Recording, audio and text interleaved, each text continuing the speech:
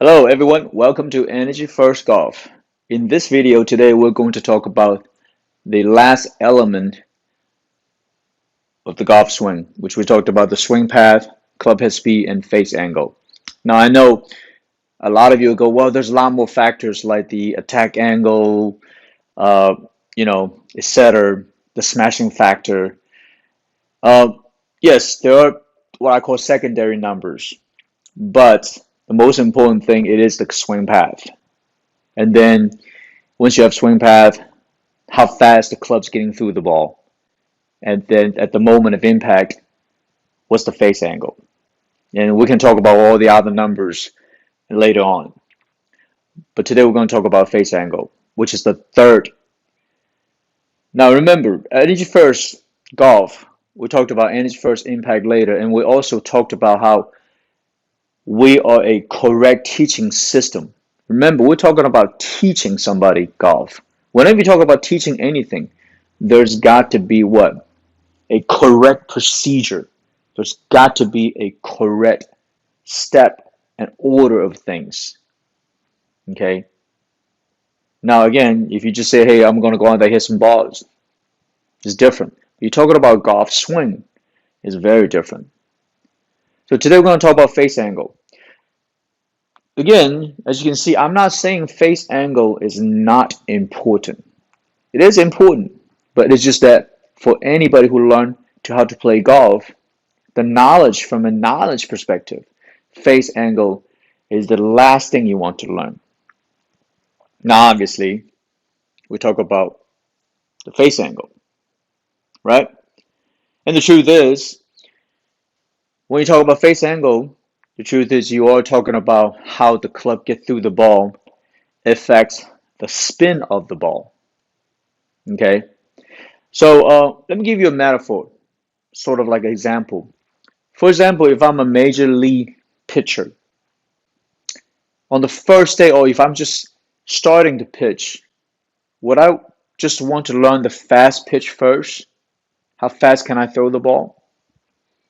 Or would I go, oh, today I'm going to learn how to do a knuckleball or do a spin ball? Or how do I hold the ball in my hand? Right? Think about it. What is the correct order? Obviously, the correct order would be try to throw a fastball. And then once you get really good at it, your technique and your skills getting very good, that you're able to throw the ball really fast.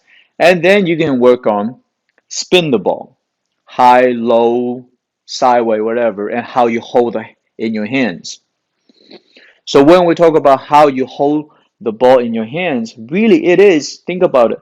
The ball is in your hands and you're holding it. This is face angle, right? How you hold the ball, right? So in other words, face angle should be the last thing, means the principle of face angle should be the last thing you learn when you play golf, which also dictates the spin and the trajectory of the ball, right? So I would love for you guys to just think about that a little bit. Now remember, we're talking about from the correct order of things to learn something. Okay? And the truth is, most beginners, when they first pick up golf club, guess what they do?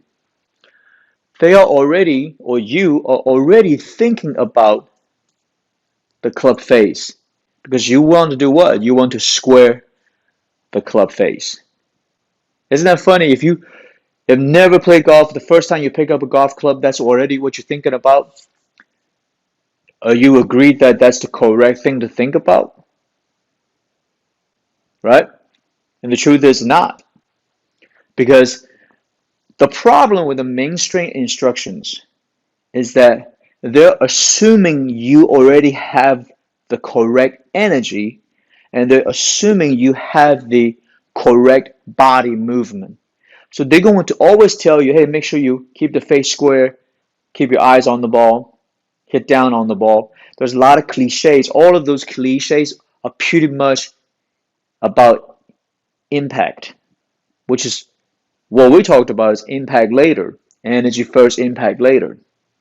Okay? All right, so now we're going to talk about the face angle. The truth is there's three ways how the club get through the ball. And obviously there's a lot of different angles.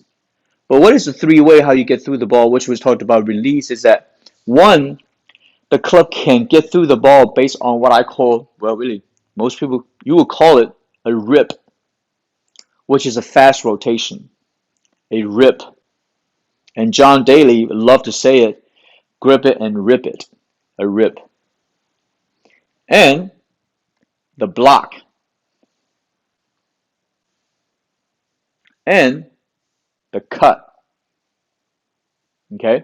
So the rip, the block, the cut. They all will produce different type of spin, okay? Now, obviously, when you're dealing with attack angle, descending angle, etc., whatever, those small numbers, you create many different varieties, and they really is infinite, right? But the most important thing when we look at a big picture, foundationally, we're dealing with a rip movement, a block movement, and a cut movement. And if there's any more than that, you let me know. All right? Now remember, your body has to create enough or correct energy so the club will travel in the right path, and depending how well you do it, the speed, and then you can have a release, right? So you got to have energy, you got to have absorption of the energy, then you have a release. You cannot focusing on the face angle with your mind controlling the arms, and then your energy is coming from where? From your arms. But remember, your arms, the responsibility of your arms and the club really work together. They're part of the release principle, which is the spin principle. Okay? So now, I know, some good news to share. We are going to get a Flyscope. It's the equivalency of a TrackMan. TrackMan is just, a little bit too expensive in my opinion, but Flyscope, it does the exact same thing as a TrackMan. So here's something about. The truth is, most amateur, if I show you the TrackMan number and the Flyscope numbers, are you sure you know how to make correction? The truth is, most amateurs, you do not know how to make corrections. If you do know how to make corrections, you simply are using your arms or your imagination of controlling hands. That's called external manipulation. But without correct energy, it's useless. Okay? So that's the reason why I truly believe TrackMan and Flyscope, they're good, but they're really good for good players. Players who already have energy, already have the correct energy, correct rotational movement of the body. Most amateurs, you wouldn't benefit from it because you don't know how to make corrections. And tour players, of course, they will use TrackMan. They will use Flyscope. Okay? And the truth is, think about energy first, impact later. And the truth is, golf has been around a long time. Amateurs, you all really, the average score is about 90 to 95, assuming you're scoring correctly. And there's a lot of people out there, they would say they're single digit. But when they really play, not really. And believe me, I've seen people like that. Okay? So golf is such a hard sport. So we want to make sure you're really learning it correctly and you have a really correct understanding of the order of things. So that way you can build, develop, improve, enjoy this great game of golf. Because if you don't have a correct understanding of proper order of things, you just get very confused. The truth is, I challenge anybody out there. You can challenge energy first golf. You can challenge energy first, impact later. I welcome new ideas. But the truth is, I believe from my history of learning golf, the standardized golf is a must. So that way, amateur, you out there can have more fun. It's not gonna be easy. It's still gonna be a lot of work. But like I say, there's a difference between hitting the ball and swinging through the ball.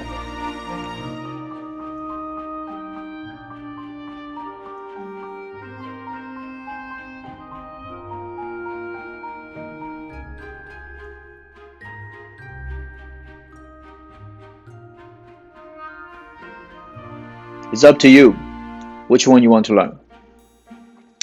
Alright, so I believe I covered everything in this video. So I hope you enjoyed this video, and don't forget to click like and subscribe to our channel by click on this button here, and also we have 2 recommended video if you want to know more about Energy First Golf. Alright, so thank you, and I will see you next time.